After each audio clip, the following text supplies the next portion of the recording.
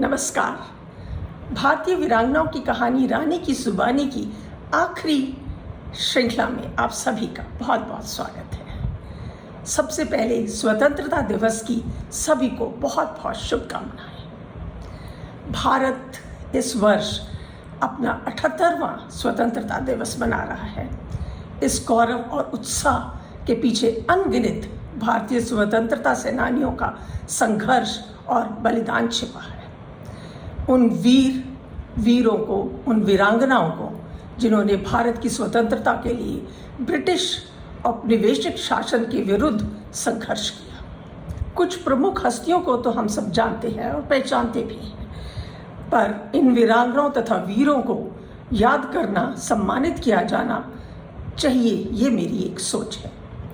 इनकी वीरता, शौर्य, सत्याग्रह, समर्पण और बलिदान की कहानियाँ हमारे समृद्ध भारतीय संस्कृति, विरासत और परंपराओं का निर्माण करती हैं।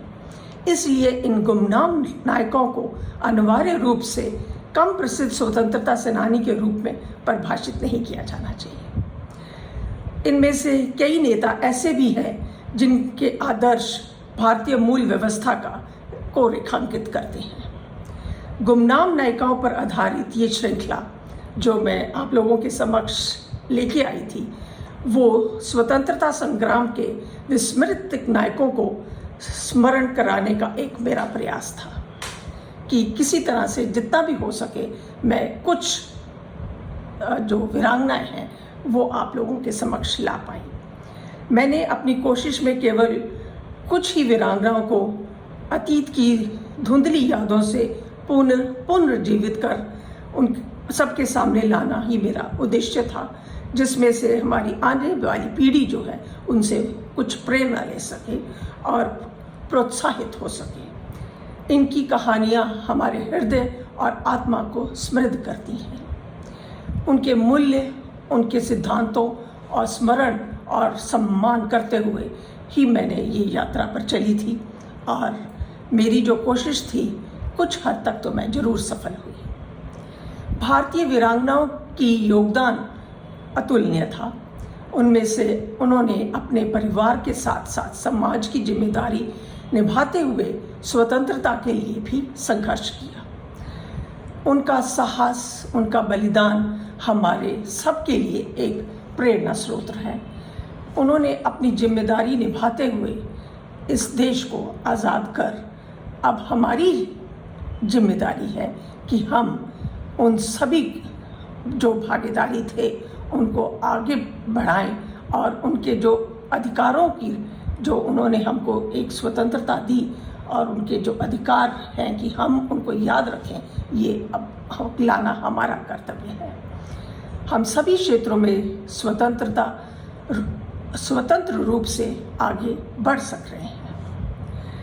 काफ़ी खोज कर मैंने आप लोगों के समक्ष कुछ वीरांगनाओं को तथा उनके बारे में कुछ जानकारी दे सकी, परंतु ज़्यादा का नहीं मैं कर पाई।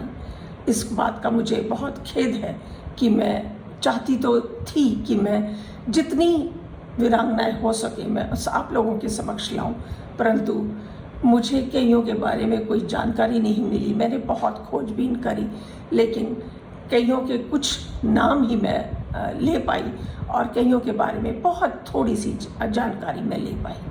लेकिन कई जिनके बारे में उनके ना तो मेरे पास कोई चित्र हैं और ना ही उनके बारे में उनके नाम तक मैं इकट्ठा कर पाई। इसका मुझे बहुत खेद है, परंतु इस बात की खुशी भी है कि मैं जितना भी कर पाई वो काफ़ी मेरे लिए इस बात का एक एहसास हुआ मुझे कि मैं कम से कम कुछ को तो आप लोगों के समक्ष ला पाई। ये वीरांगनाएं सैकड़ों में नहीं, हजारों में हैं, जिनके बारे में ज़्यादा मैं नहीं खोज सकती थी और ना ही मैं खोज पाई हूँ। कुछ गुमनाम के जो चेहरे थे वो ले पाई और कुछ के वो भी नहीं ले पाई। ये गुमनाम चेहरे अतीत में लुप्त हो गए हैं, लेकिन अभी तक किसी को इनके बारे में ज़्यादा कुछ भी नहीं पता। कोशिश फिर भी मेरी ये रहेगी कि मैं इनके बारे में किसी न किसी तरह से कुछ ना कुछ इनके बारे में खोज कर सकूं और सबको, दुनिया को इनके बारे में कुछ ना कुछ बता सकूं। उनमें से कुछ जिनके बारे में मैं थोड़ा थोड़ा जान पाई, उनमें से कुछ नाम हैं जो मैं आप लोगों के समक्ष अब आज रखने जा रही हूँ। और उनकी बारे में ज़्यादा जानकारी ना होते हुए उनके बारे में कुछ जानकारी जो मेरे पास है, मैं आप लोगों के साथ उसको साझा करती हूँ और उनके बारे में आप लोगों को कुछ बताती हूँ।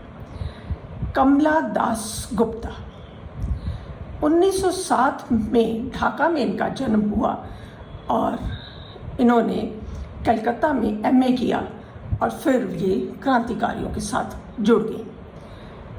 इन्होंने कई आंदोलनों में भाग लिया और कई बार जेल भी गई और 1922 से लेके 1938 तक ये कई भिन्न भिन्न आंदोलनों में भाग लेकर गिरफ्तार हुई और इन्होंने अपना पूरा का पूरा स्वतंत्रता संग्राम में योगदान दिया। ये स्वतंत्रता के बाद एक समाज सुधारक के रूप में इन्होंने कार्य किया और महिलाओं के उत्थान के लिए इन्होंने कई सदन खोले। 19 जुलाई 2000 में कलकत्ता में इनका निधन हुआ। दूसरी मेरी वीरांगनाएं हैं इंदुमती पटनाकर, जिनका जन्म 1925 में महाराष्ट्र में इनका हुआ जन्म और 16 साल की उम्र में ही वे स्वतंत्रता आंदोलनों से जुड़ गई। इन्होंने भी क्रांतिकारियों के साथ मिलकर बंदूक और गोला बारूद क्रांतिकारियों को पहुंचाती रही, एक से दूसरे गांव जा जाकर उनकी मदद करती रही तथा पुलिस का विरोध करती रही। 1945 में आज़ाद विद्यालय की इन्होंने स्थापना की और एक शिक्षिका के रूप में कार्यग्रस्त रही। रिटायरमेंट तक समाज सेवा, महिलाओं का उत्थान किया तथा अपने परिवार का भी पूरा सहयोग दिया, अपने परिवार को भी। 2017 में 91 साल की उम्र में इनका निधन हुआ। तारा रानी श्रीवास्तवा, ये एक ऐसी स्वतंत्रता सेनानी है जो साहसी और पूरी निष्ठा से इन्होंने अपने पति के साथ मिलकर भारत छोड़ो आंदोलन में भाग लिया।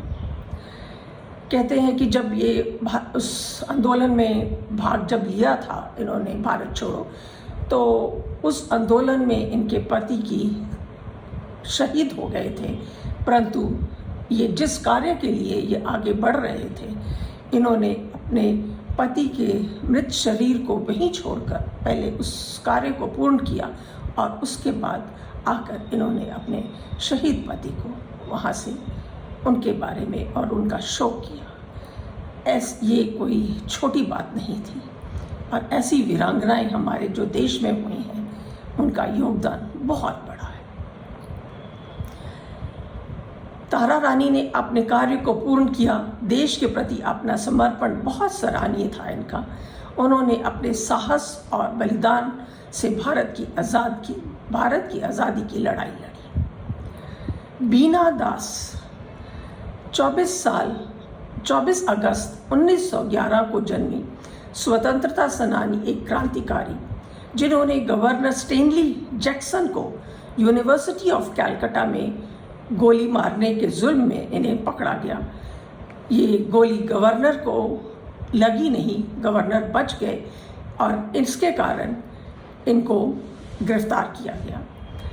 इन्होंने सबके समक्ष अपना जुल्म कबूल किया और जज को इंग्लिश में 5 पेज का एक पत्र लिखा, जिसका मूल कारण ये था कि अगर मैंने अपने देश के लिए ऐसे लोगों का मारना मेरे को मंजूर है और मैं ये एक बारी नहीं बहुत बारी कर सकती हूँ, और क्योंकि मरना तो है ही है, तो अगर मैं जिन्होंने हमारे देश को इन बेड़ियों में जकड़ा हुआ है उनको अगर मैं मार कर मरूँ तो मेरे को इस बात की बहुत खुशी होगी। इन्हें 307 धारा के अंतर्गत 9 साल की जेल हुई।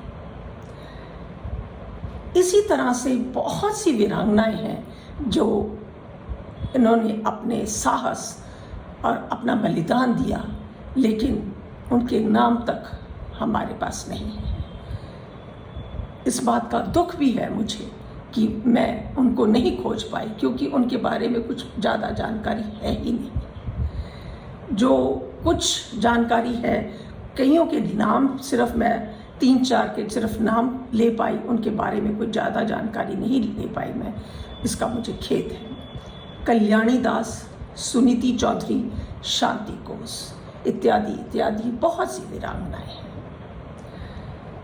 और इन सभी वीरांगनाओं को मैंने जो ये अपने 24 जो मेरी को श्रृंखलाएँ मैंने आप लोगों के समक्ष रखी, उनमें से कुछ के बारे में कुछ बता पाई और कुछ के बारे में कुछ ज़्यादा ना बता पाई, लेकिन इतनी कोशिश रही कि मैं उनको गुमनामी के से बाहर निकाल सकूं और उनके बारे में सबको बता सकूं। भारत एक ऐसा देश है जिसमें आत्मदृढ़ महिलाएं का स्वतंत्रता के लिए अहम और महत्वपूर्ण योगदान था, जिस कारण हम देश को स्वतंत्र करा पाए तथा उसे विकास की ओर ले जा पाए।